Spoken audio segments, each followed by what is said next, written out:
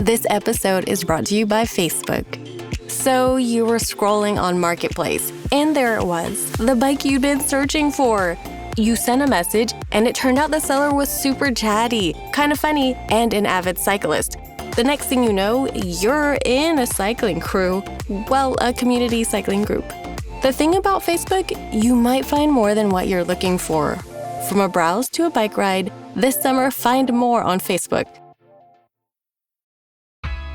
This episode is brought to you by State Farm. Listening to this podcast instead of doom scrolling? Smart move. Another smart move? Getting help from one of State Farm's 19,000 local agents when you choose to bundle home and auto. Bundling, just another way to save with the Personal Price Plan. Prices are based on rating plans that vary by state. Coverage options are selected by the customer. Availability, amount of discounts and savings, and eligibility vary by state. Home, home. Just wanna go home, home, back home. I've been going for way too home, home. Welcome to Make Space, a home design show that empowers you to create spaces you're obsessed with. Tune in for conversations that dive deeper than pin-worthy rooms. Host Cara Newhart teases out the essentials of designing spaces that inspire happiness and serve your everyday life. Cara has been featured in House Beautiful, Apartment Therapy, NBC News, and Insider, and has collaborated with brands like Home Depot, Wayfair, World Market, and more. Here's your host, Cara Newhart. Welcome back to Make Space. Today's episode I had the most fun with because it's actually one of my friends, and it is always magical when you get to sit and have a chat with your friend and then let everyone else tune in on it. So Noell Jett is my amazing guest today. I initially connected with her on TikTok through the pandemic when I turned to the app where everyone was just being themselves in their bedroom doing TikTok dances and just talking to the camera. And it was the first time social media felt like all the barriers were down, like we weren't curating things anymore. We were just showing up as we were. And Noell exploded on TikTok at this point because she has the best everything, just everyday recipes, strategies for keeping your house clean. Like, she is just so good at balancing it all. And it takes a lot of work, but she showcases it in the best possible way. Like, you really just want to be her best friend, make every single recipe, and buy her gold measuring cups that are so beautiful. So that's when I first found her, and she has been online as a creator sharing her journey for years.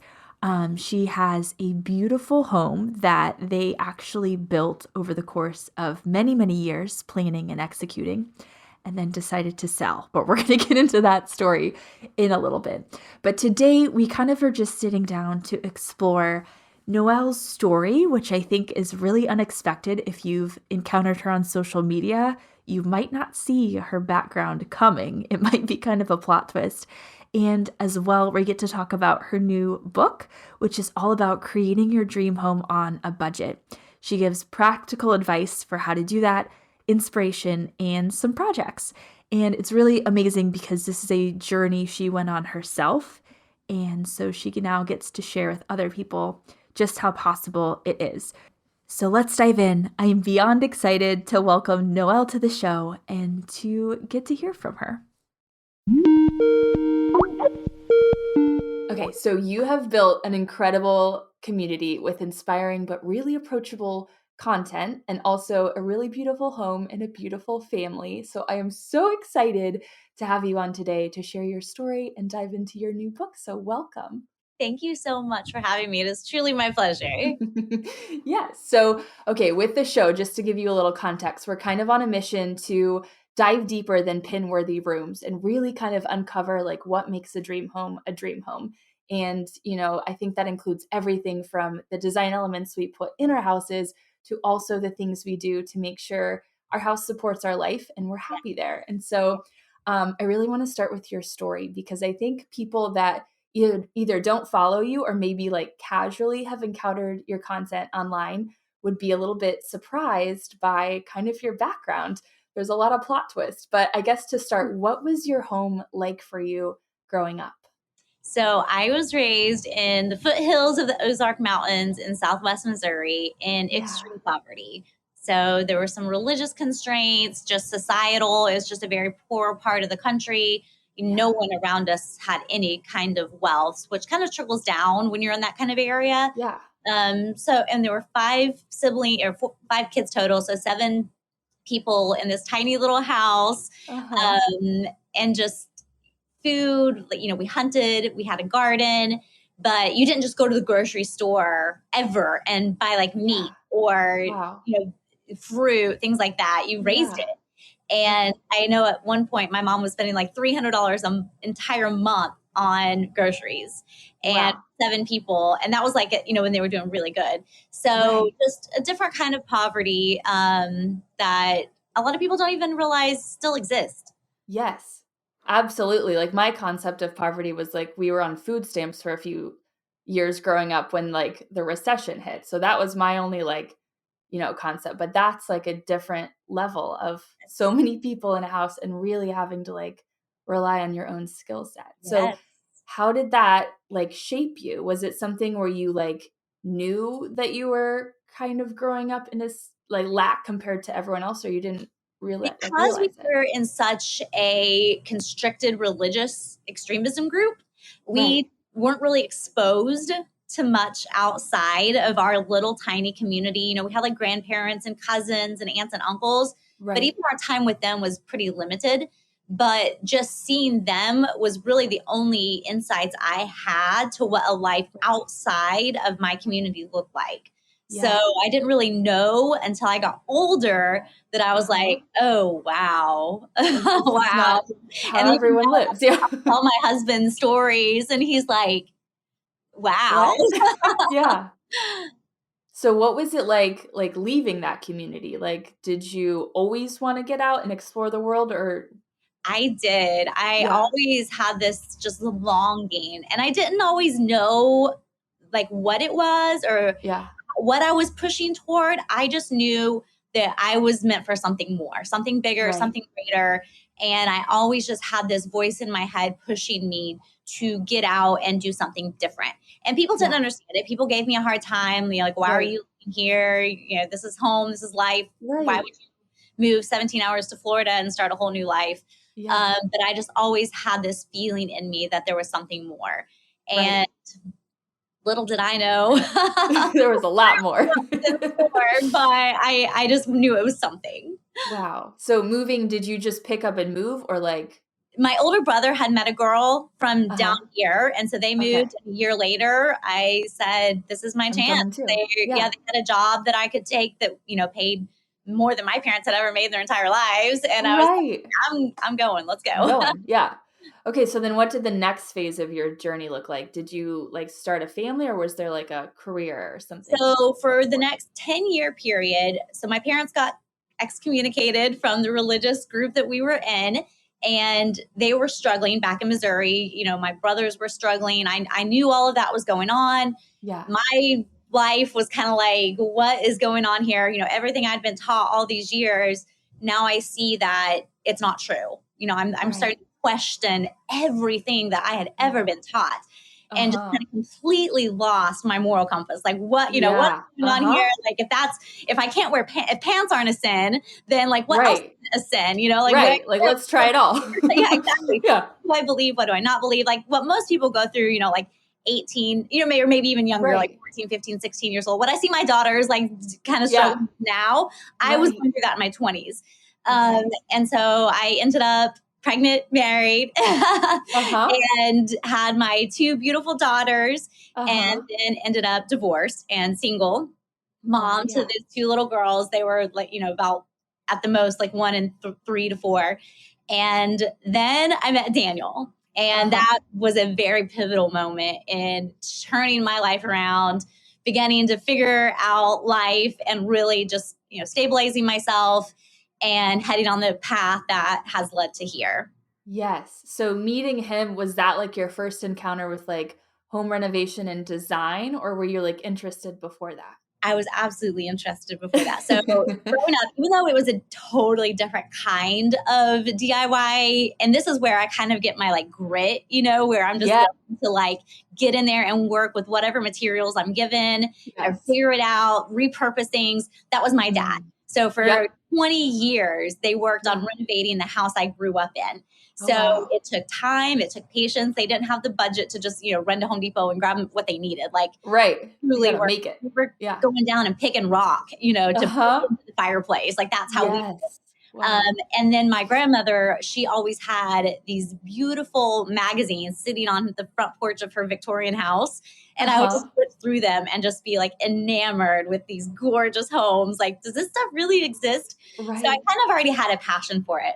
So when I met Daniel and he told me that since he was at least in high school, he had dreamed of building his own house someday. Like that was something he just dreamed of doing. I loved it. I was like, let's do it. Let's make it our goal and make it something that we're working toward as a couple, in our lives. So for the next 7 years, we worked on setting that plan into motion. Wow, that is like dedication. I would be so exhausted. I've done like new build homes with builders. So I like had to wait 8 months and I was like, that's enough. Like I've waited long enough. So that's amazing. But you did everything. The actual build only took us 18 months, but it was 7 years of like planning and looking for finances in order and all of those things. Absolutely. Yeah. It's like a long, and I think that's so beautiful because everyone that sees people building, like, I think the first assumption is, oh, you just have a lot of money. So it doesn't take that. And I think that's something you share in your book and with your story. So this episode is brought to you by Facebook.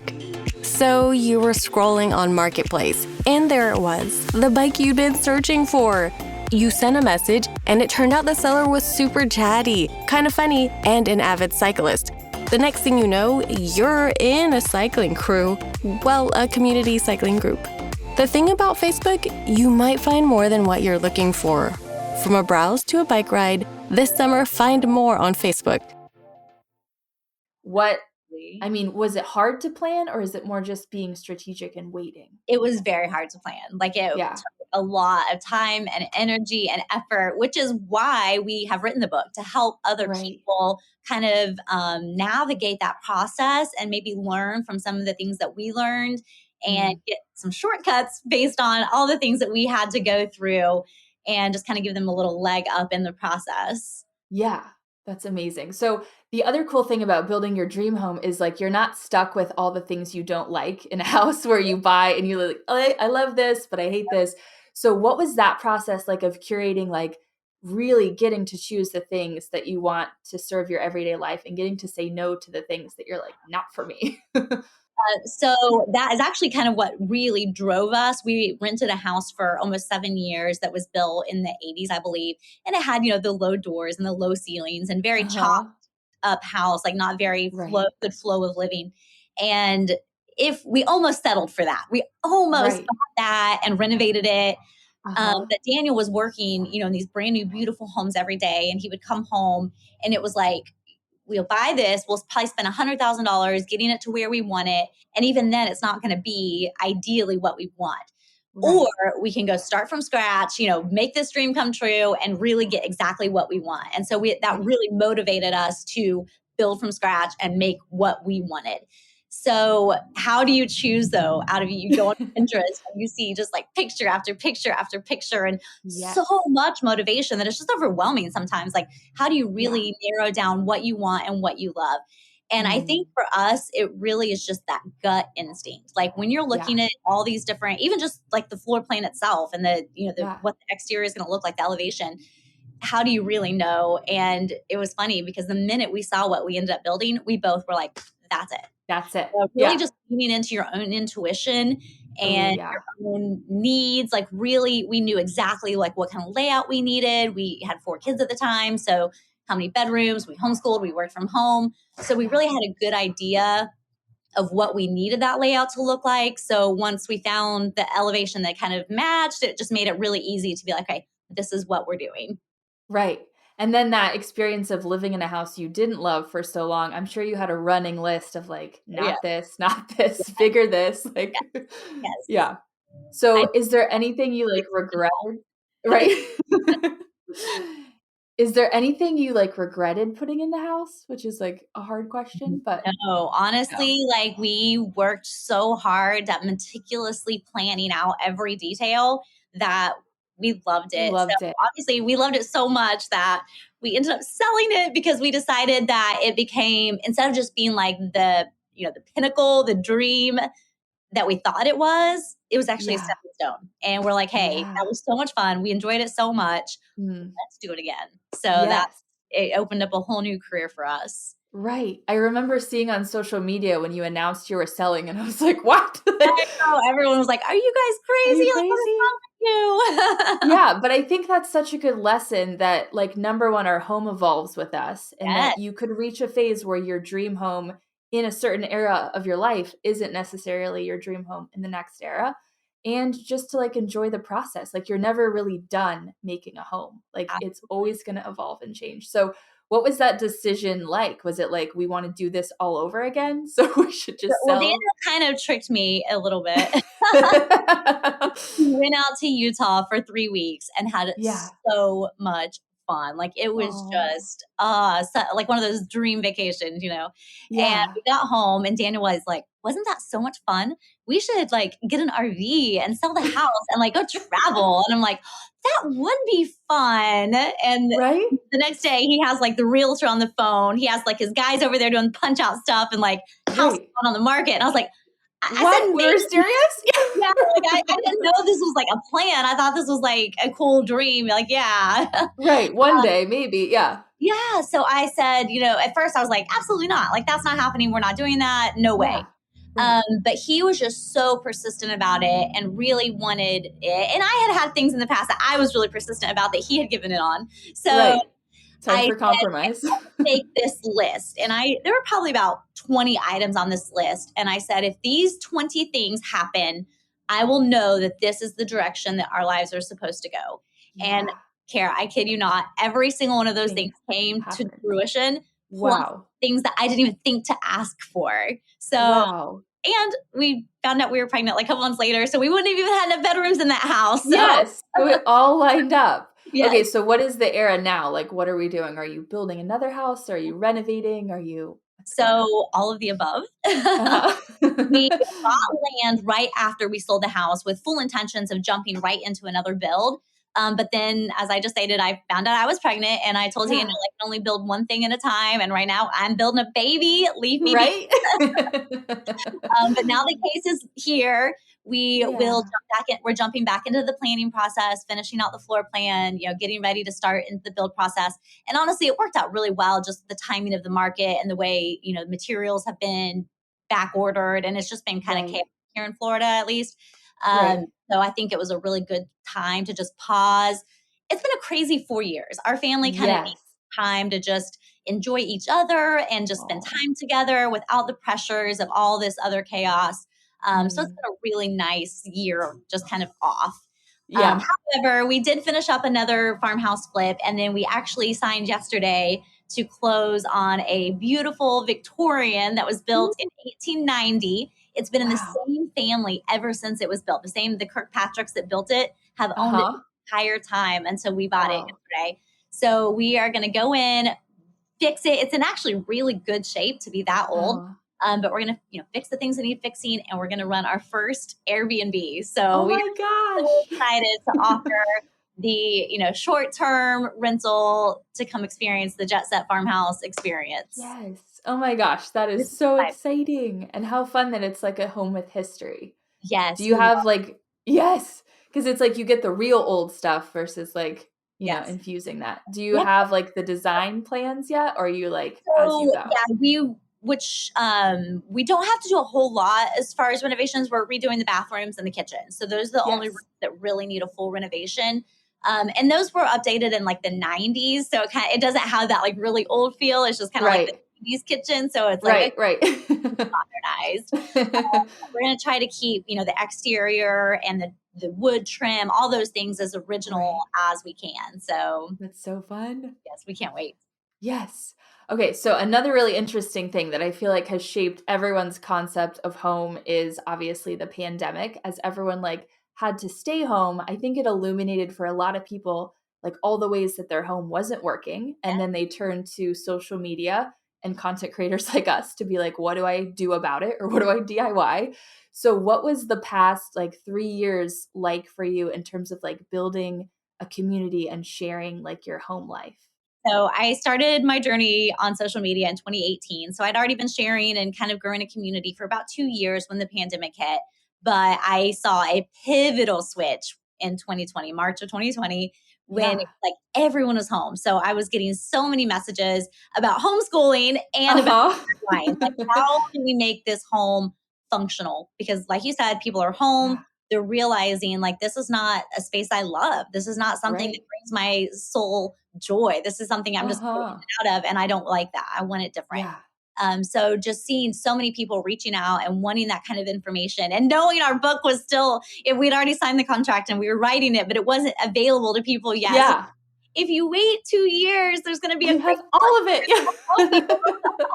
But just trying Oh, our best in the meantime to share the spaces that we were creating and yeah. inspire people and share. We were at that time, we were like doing closet systems in the house we had just finished building, and just really custom doing those final custom details and sharing that with people and how to do it on an extreme budget. Uh-huh. That's so amazing. I remember like finding you on TikTok because that's what I started doing during the pandemic is like it's like you needed community and TikTok felt like people just showing up as they were. But Yes. I followed you because you had like a recipe and the cutest little measuring cups. And I was like, those are adorable. They're Still one gold. of I'm my in. best, finally on Amazon, and they're still like one of my best selling Amazon products. Yes, they're the best. Yeah, Yes, I think you sold them out like 5 I times. did. I did. So fun. We'll get back to the conversation after a quick word from our sponsor. Do you ever feel like you have all the right information from the podcast, from YouTube, from social media on how to create the space of your dreams, but you just don't know how to apply those tips and those strategies to your specific space? It can be so challenging, but I finally have a way to help you out one-on-one. You can book a DIY coaching session with me or a design consultation. So if you want to tackle this space yourself, you just need a little guidance, and YouTube is becoming hard to navigate.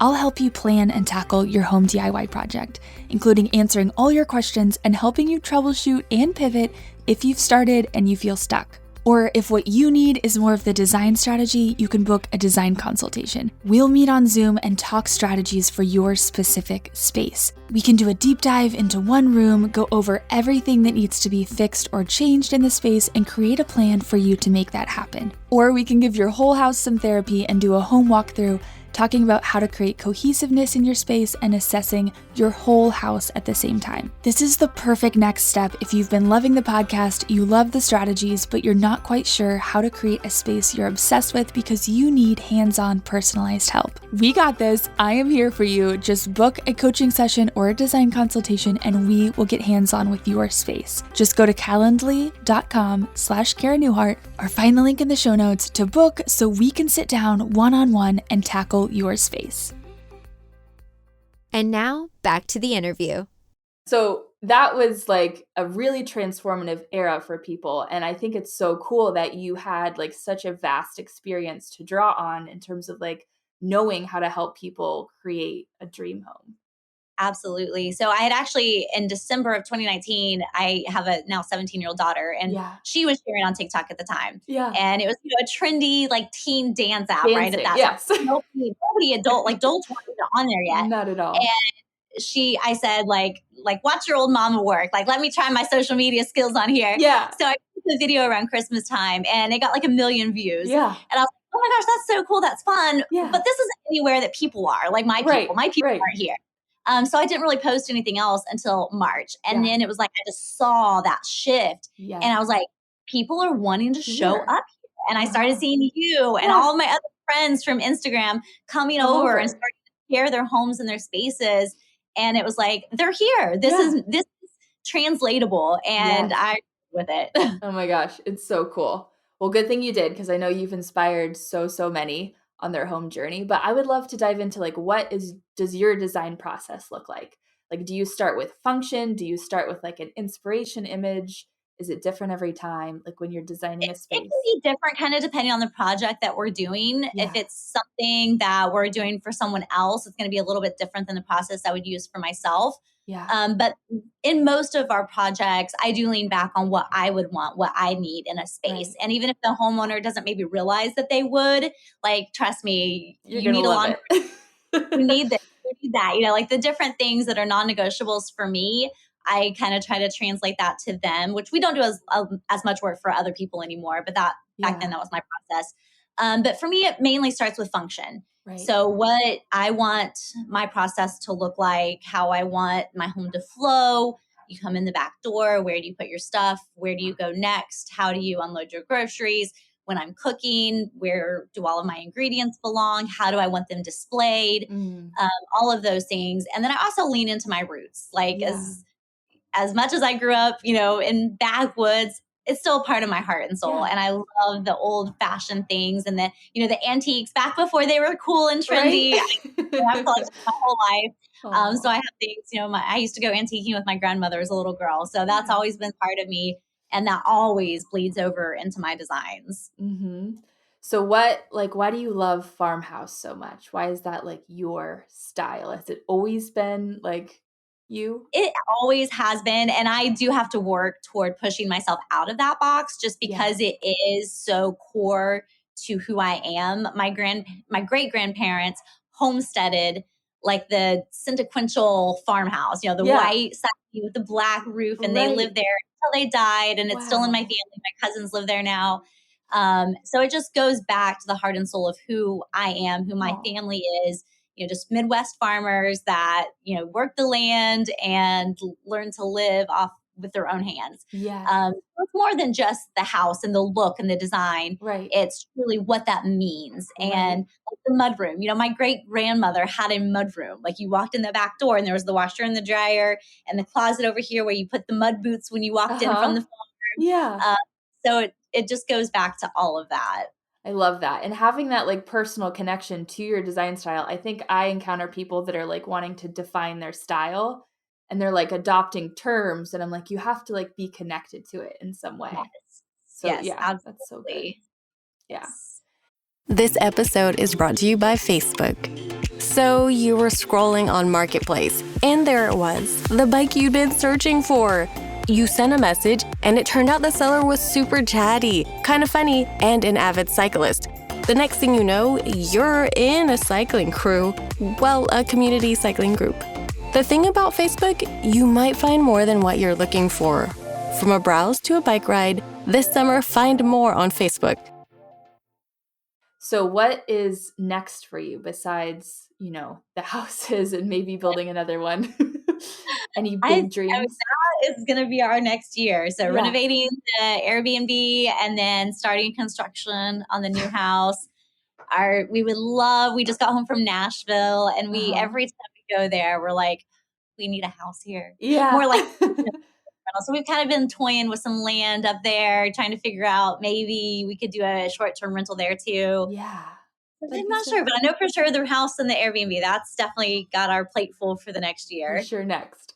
Okay, so another thing I feel like you do so well is like having a house that's lived in, but also beautiful. Like you have actual 5 babies running around and you do such a good job of really helping tailor their spaces to fit them, but also having a house that is gorgeous and really well maintained. It's like you have beautiful routines around this. And I say that because I'm a mom of 1 and you make it look so easy. I'm like, how is she doing all this with 5 children? So what are some strategies for, having a home that's beautiful, but it's like you live there and it is lived in and it's not posed for a photo? Yes, which first and foremost, let me say it is work. It is not easy. Like anyone gets on social media and shows what that looks like with kids. If they try to make it look simple, it's not. I promise you. Okay. Like I have amazing systems in place. I have everything, where it's supposed to be. And it is still every day like, okay, let's get these things back where they go. But that lends itself to the point of having those systems in place. Yeah. And if the more organization you can have, having a home for every single item, the socks go there, the Q-tips, go there. Right. Makes it so much easier when it is time to go back through and kind of do a reset. You know exactly where those items go, and it allows you to, get back to neutral without Yes. much chaos. And also just when you're in the design process, choosing materials and the design that stand up to children. So, your flooring, your countertops, all those things, the walls, the paint that you choose, everything, just making it as children or as kid friendly as possible. Uh-huh. No, I love that. It's like there is a level of intentionality. Everyone thinks, it looks so simple or it looks so pretty, but it's like there's a really intentional system in place that makes it possible. It's not just like effortless, even though. Absolutely. And it is Yeah. not, and it requires upkeep on the daily. Like I think back, before I had kids and before I got into this world, you looked at it and you thought, oh, it just happens, like, oh, it's just Yeah. there. But it's not. It's not. Even best laid plans still require daily maintenance, weekly maintenance, monthly maintenance, and you Right. have to stay on top of it. And it's not just like a one time and forget it kind of thing. You don't Yeah. just get to set it up and, oh, it's good. Yeah. You have to maintain it. So Absolutely. don't let anyone else fool you. Right? That's the trick. Maintain Yes, it. yes.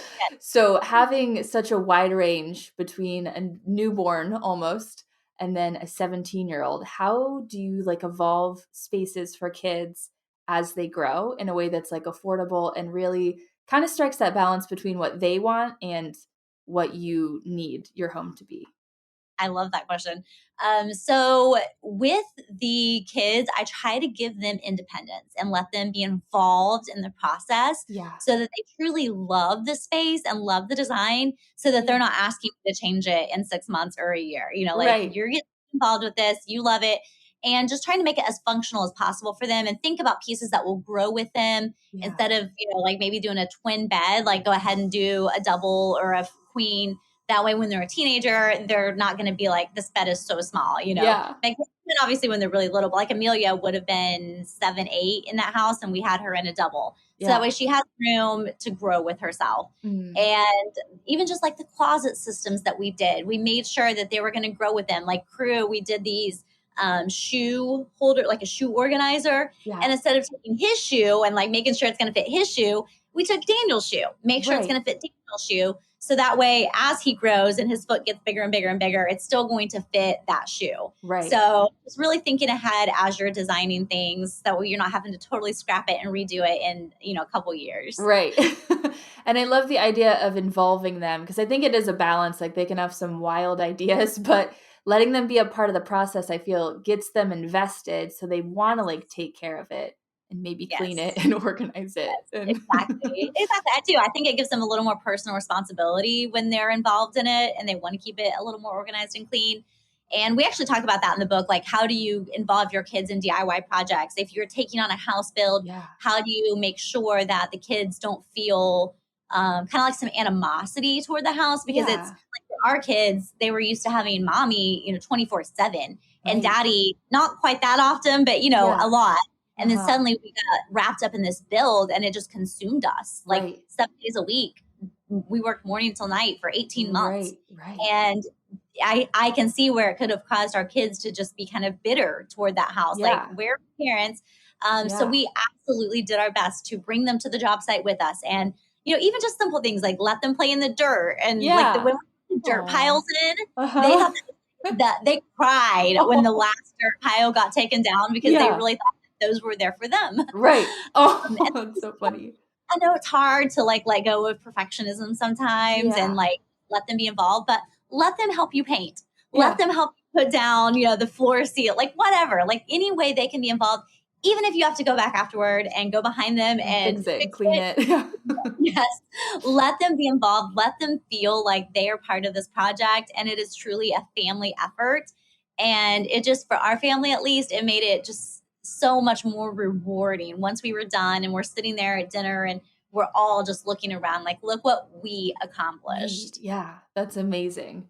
I feel like you are so good at taking charge of the process of like designing and being intentional about your house. And I think for some people that's not a concept they're raised with. It's like you get what you get or you hire out and you hire a designer and you outsource and almost like give away your power to somebody else to create a house for you. So do you have any advice for someone that's kind of new to the journey of really like saying, I'm going to do this, like I'm going to manage the process? I mean, not like necessarily doing our own plumbing, but I'm going to be in charge of like finding people and like creating the space. Like, what would you say? I think that goes back to being raised in poverty. Like you didn't just hire things out. You figured it out yourself. Like no matter what, my dad to this day is still like, I'm going to figure this engine out, you know? He can fix anything. So to me, and it comes up to that time versus money. You know, you're going to spend one or the other. But if you have the time to be able to be involved in these projects and manage them, hire out your own sources, even if you're not doing it all yourself, it just gives you so much more control. And you truly feel more invested in the project versus like, oh, I showed up on the job site last week and it was just, you know, this was done and that was done. I feel almost disconnected. Yes. Like when you really pour your heart and soul into something, it is more than just a house when you're done. It is truly a project that you're invested in. Right. So just working on your connections, talking to people like, hey, you know, I'm needing electrical work done. Do you know any electricians or plumbing, whatever? Just try to make connections with people, let them know what you're doing and find out who they know. Everybody knows somebody, right? You know, and I know not everyone lives in, which we don't live in a small town. I always say it's a small town, but it's really not, but it feels small. Yeah. Everyone knows everybody. But just letting people know what you're trying to do, what you're accomplishing, and spreading the word so that they can put you in contact with people that they know. That's probably the easiest way that we have found to make those connections with other contractors and, you know, subcontractors. And just interviewing people, talking to them, talk to their workers, you know, talk to previous clients, just to really find good people that you can trust to really do a good job. There's nothing worse than hearing stories about shoddy contractors that don't do what they're supposed to do. It breaks my heart. And I know there are shoddy customers too, but we're on the customer side right now. So right. Find the contractor that's going to do and allow you to be involved. You don't want someone that says, you know, you're not allowed, or here, pick between these two things and go over there in the corner and be quiet. Like you want someone that wants you to show up and be involved and ask questions, and allows you to really make it feel like it's something you're creating together. Yes. I love that. So it's so funny because my dad was like a contractor growing up and used to like stuff his receipts in his truck door and then hand them to like 11-year-old me to like type into Excel. Like that was the accounting system. But it surprises me how much of contracting is still like so offline. Like it's everybody, there's a web of people that know people that know people. And it's like you can search online, but getting plugged into that like web of people is like the easiest way to get stuff done for sure. Absolutely. Yeah. Absolutely. So that's a really good and even tip. From a contractor perspective, because you know we're in that role too. Yeah. We'd much rather work for people, which we don't anymore, but when we did, we'd much rather work with people that came personally recommended versus someone that found us on like, you know, Angie's List or something like that. Like you want that person that says, hey, my friend, they're a great person. Yeah, they need this done. Right. That's a better referral than, you know, just some random person. Mm-hmm. Absolutely. Well, okay. Where can everyone find you online? What's your favorite platform? Well, we are Jet Set Farmhouse on all platforms. Anyone you want to look at, that's what we are. And jetsetfarmhouse.com is our home blog. Yes. And then I will link that as well as the book in the show notes so everyone can find it super easy. But thank you so much for your time. I had the best time. Thank you for having me. It's been so much fun. Oh, thank you so much. I'm on my way back home. Thanks for listening. If this is your first time listening in, be sure to hit that subscribe button so you can stay in the loop with the newest episodes. If you're a subscriber and you love the show, be sure to rate, review, or a screenshot and share your favorite episode on social.